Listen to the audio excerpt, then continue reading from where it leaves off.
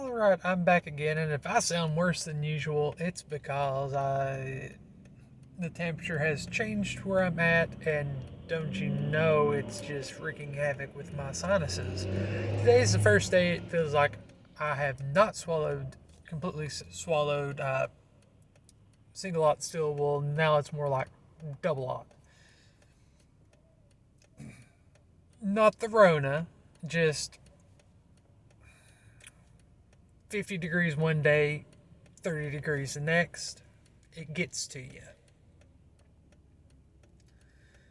I got an email today on ye old inauguration day, and for my BitChute people, I've prepared a screenshot that I will put for the thumbnail. I haven't figured out how to do that on YouTube as of yet. I think there's an extra app you're supposed to do if you want to do crap like that. I haven't bothered to download it and learn it because I'm not tech savvy. But this email was from the GOA. And it was, oh, laws and mercy. The worst thing that could happen to gun ownership, to gun owners, has happened. Biden is president. I'm going to address this. I don't post a whole lot of gun-related things on here online because it's a good way to have your channel taken down.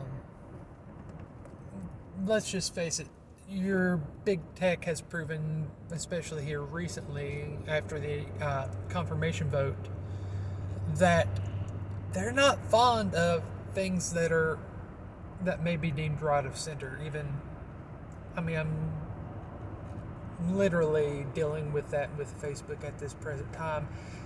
I still can't get a straight answer on what I supposedly did, and I know multiple other people who are dealing with the same thing. No reason provided. But I think this is worth sharing. First and foremost, well, I'm going to go right off the bat, and I'm going to be critical of GOA. I'm sure if I was on the NRA mailing list, I'd be critical of for the exact same thing. For 8 years or thereabouts, that's all we heard, especially from the NRA. Oh, donate now, donate now. The Second Amendment, we're on the Second Amendment.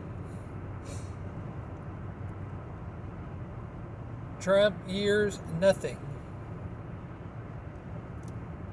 And now we're already gearing up to, we're on Second Amendment again. Let me just go ahead and say this. For 8 years, you were after Obama. Nothing happened. If anything, some carry laws were relaxed a bit. Nothing happened bad.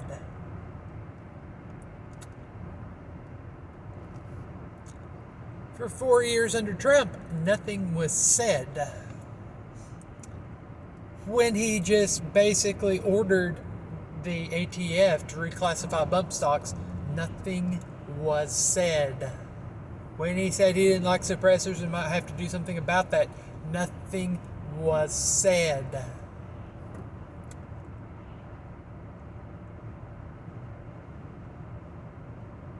Get where this is going? When 2 years Congress was held by the Republicans and supposedly a gun-friendly president, and no gun pro Second Amendment laws were passed, bills were passed, voted on even, nothing was said.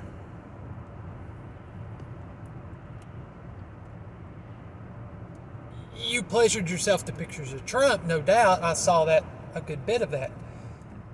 But now you expect me to believe that Biden is going to be the world's worst thing that ever happened to the Second Amendment?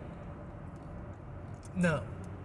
Biden will basically, unless he's completely fried and other people are pulling the strings, Biden will be a continuation of the Obama presidency. And I will admit, I would rather have Biden than Harris, because I do think Harris is more of a threat. I would have rather had Trump than Pence. I would rather had Bush over Cheney. But the fact of the matter is, I don't. The worst I really see happening would be Biden pushing, by executive order, a ban on internet sale of ammo and guns. If you want to combat that, good PR is the best way to do it. Most people do not understand you cannot just order a gun and have it online and have it delivered to your house, no background check. They don't understand how that works. This is a good opportunity for PR. Right now, people right of center in general, causes that are right of center in general, are failing the PR war. The Republican Party is failing the PR war. They're failing the ability to develop the ability to reach younger people, or to reach people outside their normal realm.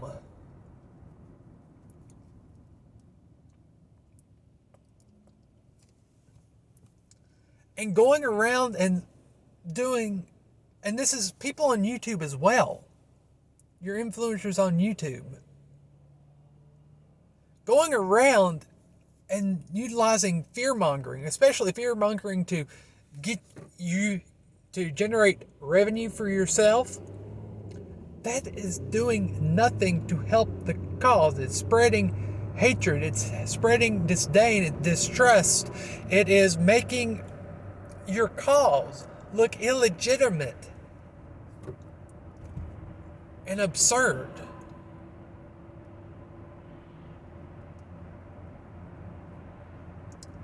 This is one of the things I heavily agree with the Yankee Marshal on.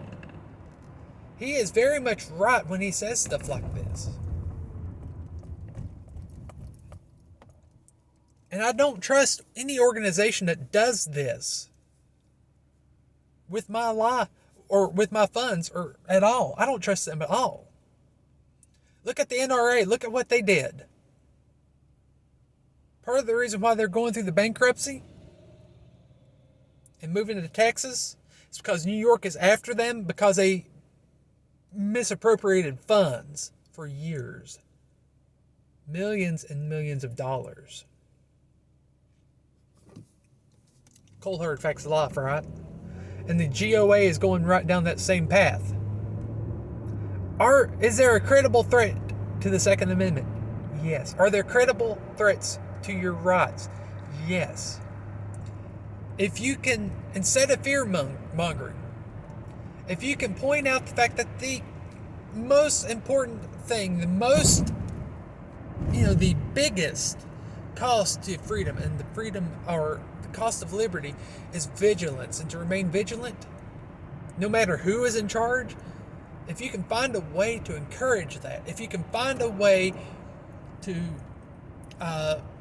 put out a good, clear message of things to look for, things to pay attention to,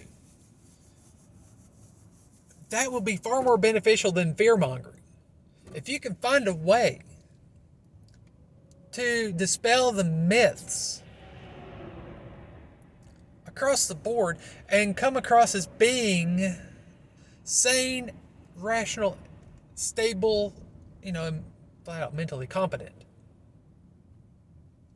that will help you a whole lot more than throwing money to some big organization who's going around saying the world's coming to an end if you don't donate to us. If the Republican Party as a whole, your special interest groups who are typically deemed right of center, are to succeed, to remain, to continue to exist, they must learn how to be effective in PR and effective in outreach. Not just to your little niche group. Not just to those who are deemed right of center. You've got to reach the moderates. You've got to reach the people across the aisle. You have to reach people that you wouldn't typically want to necessarily associate with. And help them understand that these same rights are for you as well.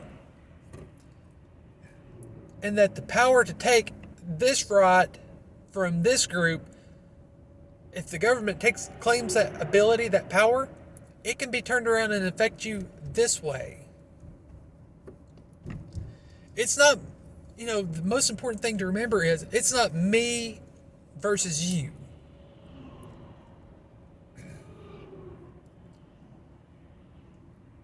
It is we the people coming together to keep our politicians, our government in line.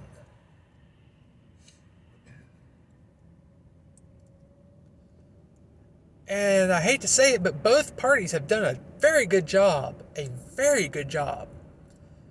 pitting us against one another. When in reality, when all is said and done, we have more in common than we necessarily realize. And if we were to work on setting aside our differences, we would realize that. And the fact of the matter is, I think that scares the powers that be more than anything.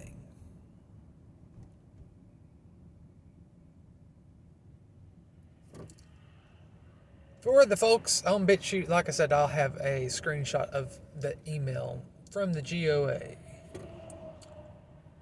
for y'all. At this point in time, if you want to support an organization, I highly recommend you look at your local state organizations.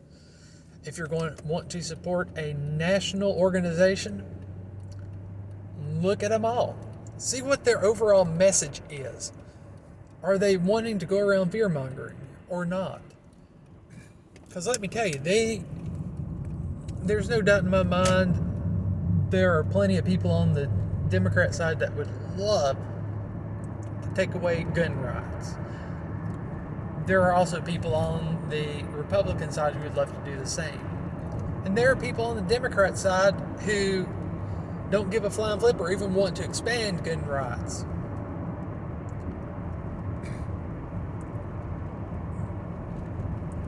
It's not a matter of Democrat versus Republican. It's not that. We the people have to come together. We have to set aside our differences and come together, and we have to actually look at our representatives.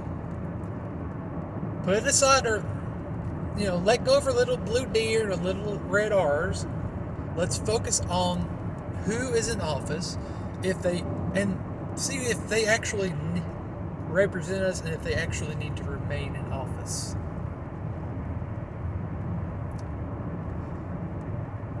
Let me know what you think. Later.